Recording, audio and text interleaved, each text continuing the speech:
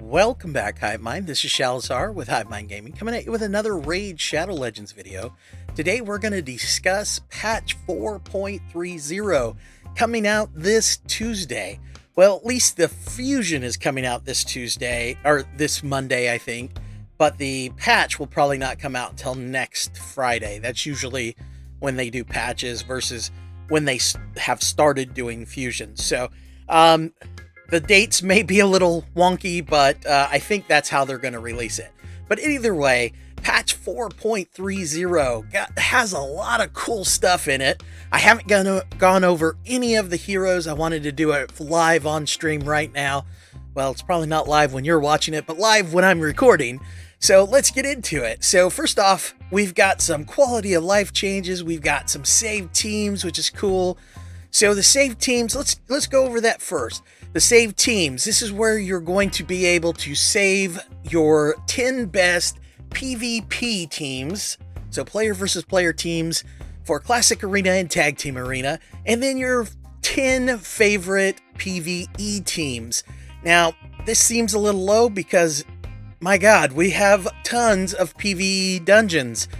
There's, 4 boss dungeons, and then you've got your 4 keeps, potion keeps, or 5 potion keeps, and then you've got your Doom Tower, and of course, Doom Tower you're going to need something for waves. You're going to need a team for waves. You're going to need a team for each boss, and there's 3 carry the 5 bosses in Doom Tower. I mean, lots of different choices here. Come on, guys. We need way more than 10. So, and then you've got, and then on top of that, you've got Clan Boss. Oh my God. And then you've got Faction Wars. I mean, this is ridiculous. Come on. We need more PvE saved teams for our options. Now, I wouldn't be surprised if they're going to have more, but you have to purchase them. Like you have to do your extra spaces in your vault and things like that. So, I mean, and I'd be okay with that too. If you could have more saved locations, but you have to purchase them, I would be fine with that as well. So next we have skill instructions. This is the big one, guys. This is the one that everyone's excited for. No more retarded Cold Heart. She will now do her Heart Seeker on her first try against the spider, the dreaded spider. So this is awesome. You're gonna get to be able to program what you want. You could either set their AIs as default, which means that it's set up as the company intended it to be. You could do opener, where they do one thing as the opener, kind of like Cold Heart does her Heartseeker. You want her to do her Heartseeker first, so you could set her up to do that, and then everything else falls in line like the company intends it. And then you can do don't use, so if you have someone that you just don't want to use an ability, like for instance, they stopped this. They took a lot of abilities out when attacking Clan Boss when it comes to certain champions, like Rosin doing his A3. If that wasn't the case, you could have it set up to where Rosin won't do his A3 against the Clan Boss, therefore maximizing his damage. So you could do that. And then you can do a simple priority where you set up the priority where if it's available, this is the ability that they're going to always use first, then second, then third, etc. So super excited about that. Then we've got Playtime Reward Update. This one's whatever. So basically, everything's going to stay the same when you log in. Now, what this is talking about is off to the side in the bottom right corner of your screen. As you're playing the game, things unlock the longer you're playing. And usually it's just stuff that you could give 2 rats butts about. It just doesn't care. It's just free stuff, whatever. So if you're level 1 to 30, there's no changes. It's going to be the exact same stuff. When you reach level 31 and you're all the way up to 50, it's actually going to increase some of the stuff you get. So basically, you're going to get 12,000 silver after 5 minutes instead of the normal 7,500. And at 40 minutes, you're going to get one greater arcane potion instead of the lesser arcane potion. And then at 90 minutes, you're going to get 30,000 silver instead of 20,000. I know it's not much, guys, but it's at least something. It's something. I mean, free is free. You get what you paid for. All right, and then at level 50 plus, once you get past level 50, you become, at 5 minutes, you become 20,000 silver. At 40 minutes, it's 2 greater arcane potions. And then at 90 minutes, it's 55,000 silver. I actually am okay with that. I know it's not much, guys, and who cares, but it's at least something. It's in the right, it's good. They're going in the right direction, and we can at least applaud them for that. All right, next we've got the fusion coming up. I did not do a video on this fusion because I was waiting for this update. They always do the update like a half a week before. So this is what I was waiting for. Herndig. All right. It's this handsome feller right here. He is a legendary magic attack dwarf.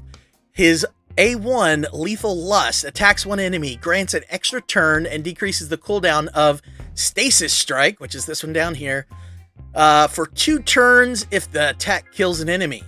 All right, so it's going to have 4 books, which is not bad.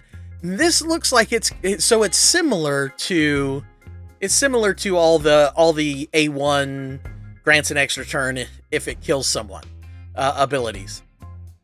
So like for instance, Septimus. Gotta love Septimus. Septimus does business. But the thing about Septimus is he's also got the HP damage to bosses ability on his A2, which is huge, and then the A1 resets that. So that's huge. So this guy is similar, but not as great as Septimus, I don't think. But he does look really good either way. So his A2, Arcane Tempest, attacks all enemies. So it's AoE, which is fantastic, and has a 75% chance, which books up to a 100% chance, of placing a 60% decreased defense debuff and a 50% decreased accuracy debuff for 2 turns. It's on a 4-turn cooldown, which books down to a 3, which is understandable, but decreased accuracy is going to be great against, Spider and, Doom Tower, because, I mean, yeah, we don't like them landing those debuffs. We also would also be good in the Faction Wars, except for Faction Wars 21, because I'm pretty sure the Dwarf Faction War boss on 21 does not need accuracy at all to land his debuffs. I think they're irresistible. So, can't be resisted. So kind of sucks. All right, so his A3 Stasis Strike, basic, let's just read the Ascended. Attacks one enemy, fully depletes the target's turn meter. Fantastic. Won't really work as well against Doom Tower bosses and bosses in the dungeons from 21 to 25. It's only going to do half of that, so it'll be 50%, so still really good. So still pretty good. And it doesn't have a percent chance, it just fully depletes it. So as long as he's got accuracy, he's gonna do it. All right. Will also attack all enemies if the first attack is critical. So he hits someone, and if it crits, he's going to then turn around and attack everybody, including the one he just hit. So kind of like Foley in that aspect. So the first target is going to get 2 hits. This AoE attack has a 75% chance, which books up to a 100% chance, of placing a 25% weaken debuff for 2 turns. Will also place HP burn debuff for 2 turns after the attack on the enemies whose turn meter are below 30%. So anyone that's below 30% after the attack gets HP burn on top of that. That's pretty cool. So you're at least going to get it, as long as you have the accuracy, you're at least going to get it on the primary target. and then anyone else that has already taken a turn and has low energy or turn meter at that time will also get it. That's pretty cool. I like that a lot. And it's on a 6-turn cooldown that books down to a 4. And then also his A1 drops that by 2 turns if it kills an enemy. Wow. Yeah, that's pretty darn good. Pretty darn good. All right. His passive is fills this champion's turn meter by 10% every time they are hit. So every time he's hit, he drops his turn meter or increases his turn meter by 10%, but it only occurs once per hit. Also fills this champion's turn meter by 20% whenever an ally dies. Okay, that's interesting. All right, so that keeps him going faster. Let's see. And then his aura is increases ally attack in arena battles by 35%. So all around, he seems pretty good. I'm not sure if he's going to be one to pass on. All right. Lady Kimmy, legendary magic support, Shadowkin. Oh, she looks pretty cool. All right. So Lady's Touch is her A1, attacks one enemy, then attacks the enemy with the highest turn meter. Will attack the same enemy twice if the initial target also has the highest turn meter. The second hit has a 50% chance of decreasing the target's turn meter by 15%. Nice. And that's going to be, has a 50%, books up to a 60% chance to drop it by 15%. Wow, that's pretty good. That's pretty solid. Her A2, Flurry of Petals, attacks all enemies, has a 75% chance that books up to a 100% chance of placing 50% decreased accuracy debuff and a 30% decreased speed debuff for 2 turns. Also has a 75 that books up to a 100% chance of decreasing each target's turn meter by 15%. 4-turn cooldown, books down to a 3. Nice. So that's similar. Wow, that's just really good. Decreased speed and a decrease to their turn meter is always good. Always good. All right, her A3, Spirit Flux, removes 1 random buff from each enemy, then has a 75% chance that books up to a 100% chance of placing a block buffs debuff for 2 turns on enemies who have buffs removed. Also fills the turn meter of all allies by 15% and places a 50% increased accuracy buff and a 30% increased speed buff on all allies for 2 turns. On a 6-turn cooldown, books down to a 4. Wow, that's really good. Wow, she's pretty awesome. All right, her passive, whenever this champion places a debuff on an enemy, also decreases that enemy's turn meter by 5% for each debuff placed. Wow. Whenever this champion or an ally receives a debuff, fills their turn meter by 5% for each debuff received. Man, and with masteries, this can really get crazy. Wow, I really like her. She's good stuff.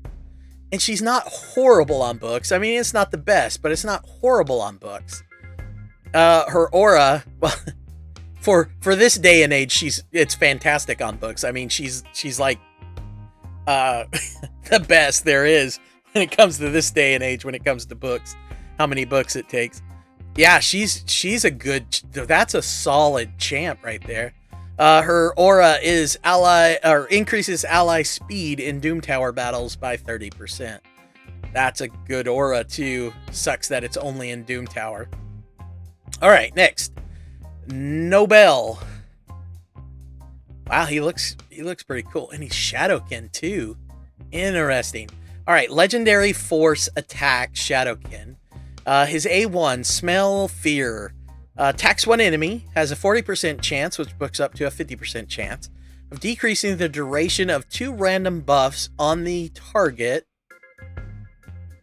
Decreasing the duration of buffs on the target by 1 turn.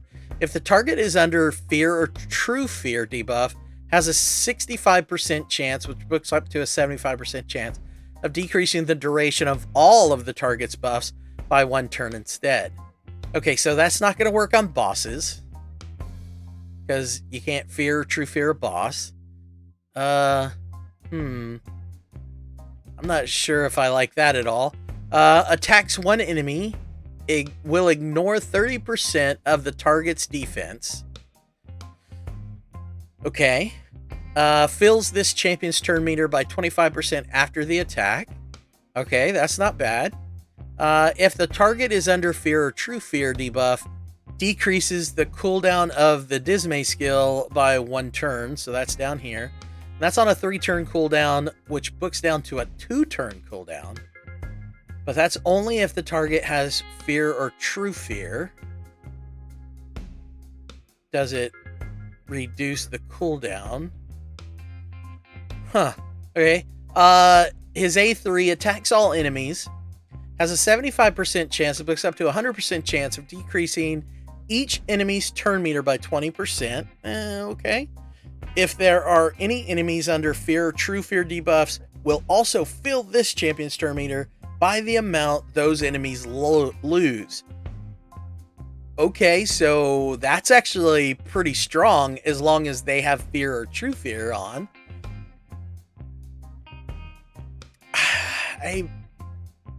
It's on a 4-turn cooldown, books down to a 3, and has the potential of losing even more if the A2 works. I'm not sure. This guy, I don't know. Desolation is his passive. And let's see, whenever an enemy's turn meter is fully depleted by any champion, has a 50% chance of placing a true fear debuff on that enemy for 1 turn. All right, I don't like that. I don't like that at all. So he needs true fear. He needs fear and true fear for his depletion, for most of his depletions to work. But his passive allows him to place true fear. I don't like any champion that needs another champion to work. And I especially don't like a legendary that needs another champion to work. I just don't. That's so bad. That is really bad. I mean, it only needs 13 books. And this only works on 75% of the time anyway. To be honest, I think if he had a 75% chance or even a 50% chance without books to place true fear anytime he hits someone, then I would like that. I think he would be awesome, because then he can just A1 until he got true fear to use his other 2 abilities. I don't know, man. I just don't know. I hate the idea of needing. It's kind of like them bragging about Tomb Angel being so much better now that they released the last fusion, and it's like, but why? Why do I have to have another champion to make another champion great? I mean, why can't they stand on their own laurels? Oh well. I mean, I'm sure he's going to be great. Standing next to someone that can fear true fear. Someone like Miscreated Monster and Madame Cerie might be really good with him. I mean, those are epics that might be able to be on the same team with him and just make him just shine. So I'm looking forward to that. If I get him, I will definitely try him out with those 2 and see.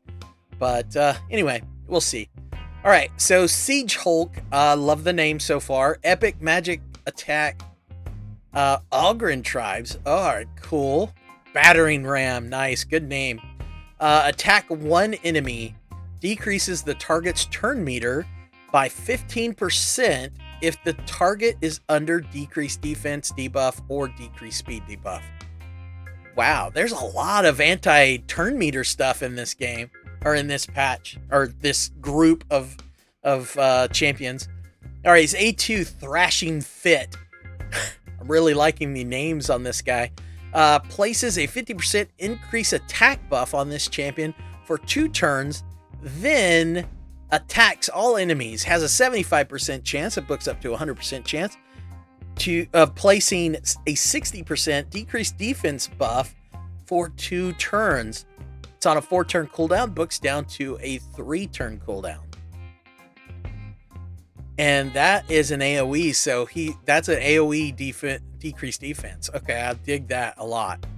All right, Siege Breaker is his A3. We're going to just go ahead and read the Ascended.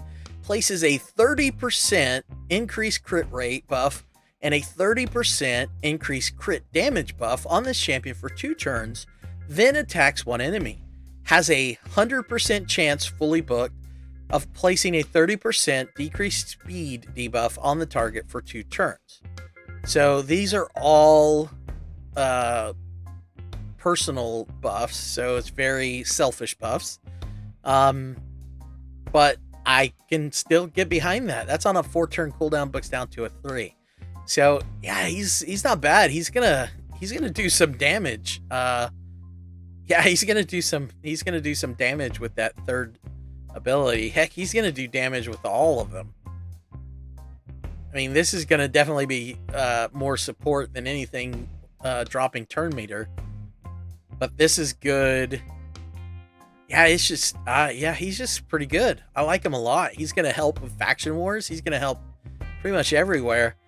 Increase ally crit rate in Doom Tower by 24%. Yeah, he's gonna be good. If he's gonna be a good help if you're beginning to mid game for sure. All right, next, a cousin It has joined the party and changed his name to Gory as an epic spirit attack Shadowkin. Cold Comfort attacks 1 enemy 2 times, places an extra hit if the target is under a freeze debuff, heals this champion by 10% of the damage inflicted. Okay. Attacks 3 times at random. I hate at random. Each hit has a 75% that books up to 100% chance of placing freeze debuff for 1 turn. Okay, so the fact that it's an epic and it books up to 100% is fantastic. The fact that it's random, I hate. So it's on a 3-turn cooldown, books down to a 4. And then Frost Breaker attacks 1 enemy, will ignore increased defense and shield buffs. Ooh. Will also ignore 50% of the target's defense if they are under a freeze debuff. Oh, crap. Holy crap.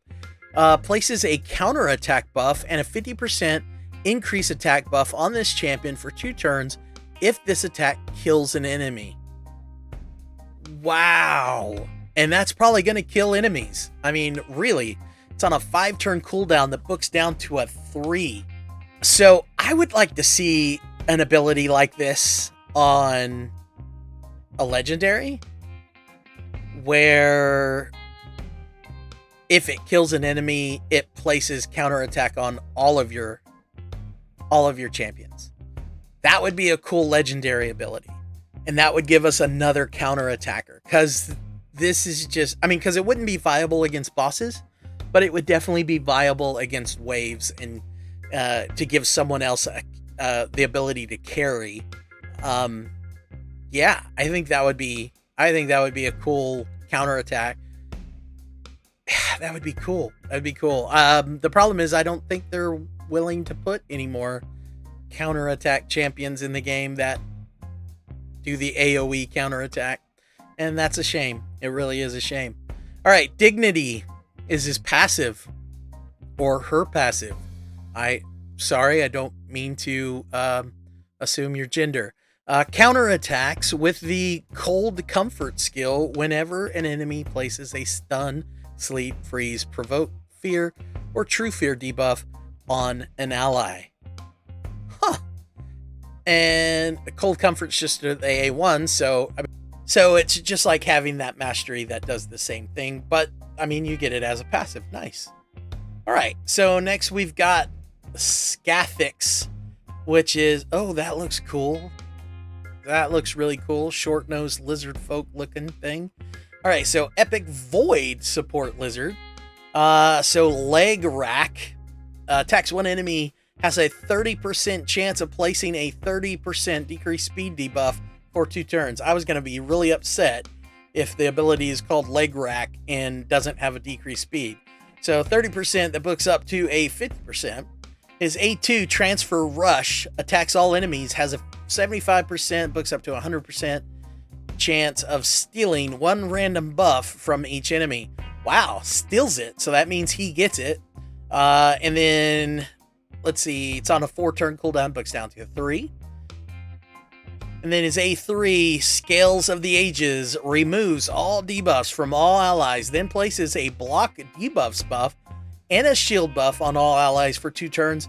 The shield buff is equal to 20% of this champion's max HP. It's on a 6-turn, books down to a 4-turn, and his books are not bad at all. That's awesome. This dude's cool. I dig this guy a lot. And I love the fact that he's a lizardman. Lizardmen need so much love. All right, Last Gasp places, it's a passive, places a block damage buff on this champion for 1 turn whenever their hit point drops below 30% on a 6-turn cooldown. Wow, that's pretty good. The fact that it's on a 6-turn cooldown makes it not that broken, so that's good. That's good. All right. His aura increases ally resist in all battles by 40%. That's a meh, but everything else on his kit is really good. Oh, cool, a hippo. Yes, yes. Hoferes. It's kind of like potpourri, but hoferes. Anyway, the Tusk. Epic Force Support Skinwalker. I love it, dude. Abso-freaking-lutely love it. Attacks 1 enemy 2 times. Is his burly bash, by the way. Each hit has a 10% that books up to a 30% chance of placing a stun buff for 1 turn. Nice. Nice on the A1. I love A1 stuns. All right. War Whoop. Places a 50% increased attack buff and a 30% increased crit rate buff on all allies for 2 turns. That's on a 5-turn cooldown, books down to a 3. And then his A3, Eternal War Ascended, is revives 2 random allies with 50% HP and fills their turn meter by 50%. After the revival, places a 25% strengthen buff on all allies for 2 turns. On a 7-turn cooldown, books down to a 5. Whoa, that's wow. The strengthen is great, and it goes on all allies, not just the ones revived. That's cool. This dude's cool. I love it. He's a needed addition to Skinwalkers. The only reviver in the Skinwalkers is that damn Rain Beast, and he blows. Oh my god, this is so good. All right, Aura increases ally resist in all battles by 40%. Oh, and we do have rares. Okay, so the fact that we have rares and epics coming out with this guy means that this is going to be a... This is probably going to be an old school fusion. Now, the problem with that is there's only four rares coming out. It's one of each. So hopefully, if it's an old school fusion, hopefully we'll have to get 4 of each one of these rares in the tournaments and then level them up like we normally would have to do. If not, then it might be similar to the, fingers crossed that it's not, but it might be similar to the Brogni fusion where we have to do fragment fusions for the epics and then level them up and then get Brogni. That one sucked. I hated it. It was the worst ever. Worst concept ever. So hopefully it's not that. Hopefully it's, we got to get 4 of each one of these rares, but you know, fingers crossed. All right, so let's go on. Mycolis, rare, void, support, Ogren tribes, vigor spores, attacks 1 enemy, heals this champion by 30% of the damage inflicted, also heals the ally with the lowest HP by 10% of their max HP. This heal will not affect this champion. Okay, interesting. Fungal Privilege places a shield buff on this champion for 2 turns, equal to 20% of their max HP. Then places a 25% ally protection buff on all allies except this champion for 2 turns. Okay, I'm okay with that. Will also heal all allies except this champion by 10% of their max HP. It's on a 4-turn cooldown, drops down to a 3. I like that. That's a good ability. I dig that a lot. I hope he's an HP-based champ, but odds are he's not going to be. Absorption Roots. It's a passive, decreases the damage all allies receive by 5%. This champion will receive that damage instead. God, I hope it's a defense-based champion. Increases the defense in faction wars by 21%. Well, I mean, maybe it's a defense-based champion. I would be okay with that too. Hellborn Sprite. Rare spirit support demon spawn. Nice. God, it looks so good. I can't wait to see what that looks like the whole thing. All right. Shivering Malady. Attacks one enemy, has a 25% chance of placing a 15% weaken debuff for 2 turns. Books up to a 50% chance. I like that on the A1. Crumbling Flesh. Ooh, that sounds gross. Attacks one enemy 3 times. Each hit has a 50%, books up to a 75% chance of placing a 100% heal reduction debuff for 2 turns. Ooh. Transmuter passive Ascended increases the duration of all ally buffs by 1 turn, then places a 15% increased crit rate buff on all allies for 2 turns. On a 5-turn cooldown, books down to a 3. Yeah. Yes, please. Yes, please. But I guess I'm confused though. There's no activator or anything. I mean, does it just happen when it takes a turn? Every turn? Does it happen? Because it says it's a passive. I don't think this is going to be a passive. This can't be a passive. This has got to be just an ability. I think this might be wrong.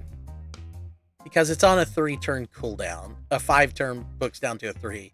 It's got to be a 3-turn cooldown. And it's just an ability that you click. Alright, Odachi, Rare Force Defense Shadowkin. Looks cool. Old school samurai looks like. Showy Slice. Attacks one enemy, has a 20% chance that books up to a 35% chance of placing a provoke debuff for 1 turn. Great Sword attacks all enemies, places a shield buff on this champion for 2 turns equal to 20% of their max HP. It's on a 4-turn cooldown, books down to a 3, and whatever. Keeper Ascended places a block debuffs buff on all allies for 1 turn. Also places a 30% increased defense debuff on all allies for 2 turns. On a 5-turn cooldown, books down to a 3. And his aura increases ally defense in dungeons by 25%.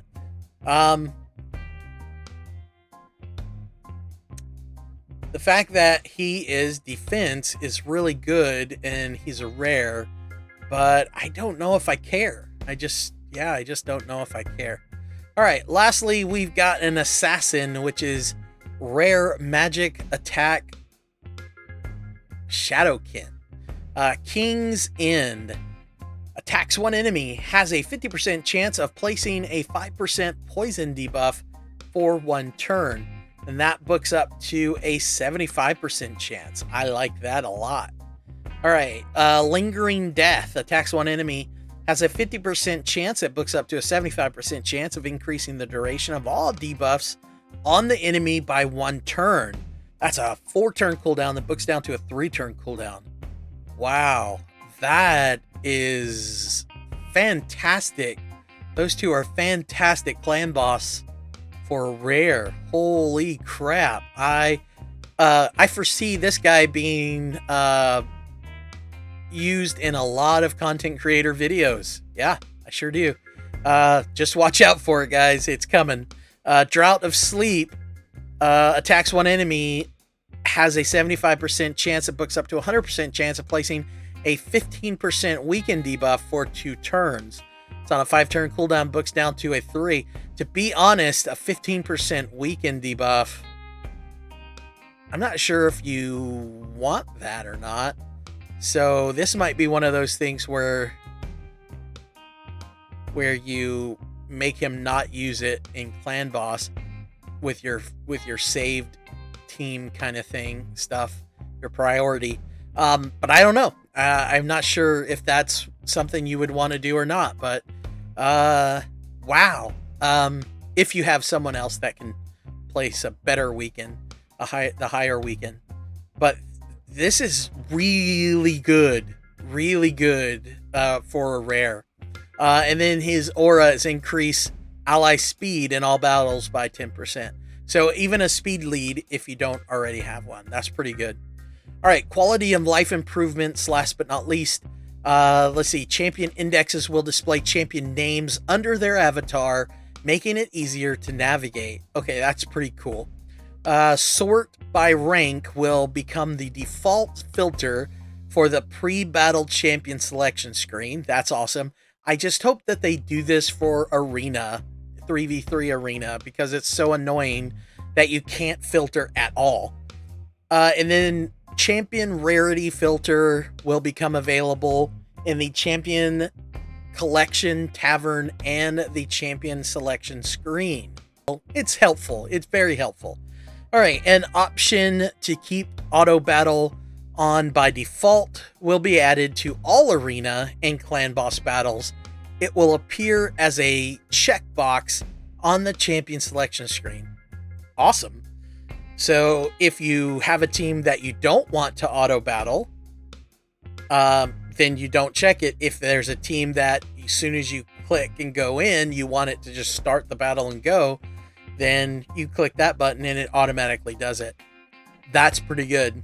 All right, and then let's see. Players of level 50 or higher will get a button that allows them to access the last played campaign location with a single tap. That should make accessing XP farming locations faster. Yes, so 12.3 if that's what you use to farm, or 12.6, whatever you use to farm, it'll be a button to go directly into it to farm XP. That is awesome.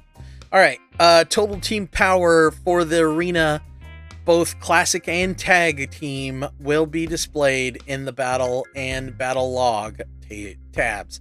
So, all right, cool. That makes it easier to figure out what the team power is. Not that a lot of people in the higher levels care about team power. They're more looking at team composition, but it does make a difference to a lot of people.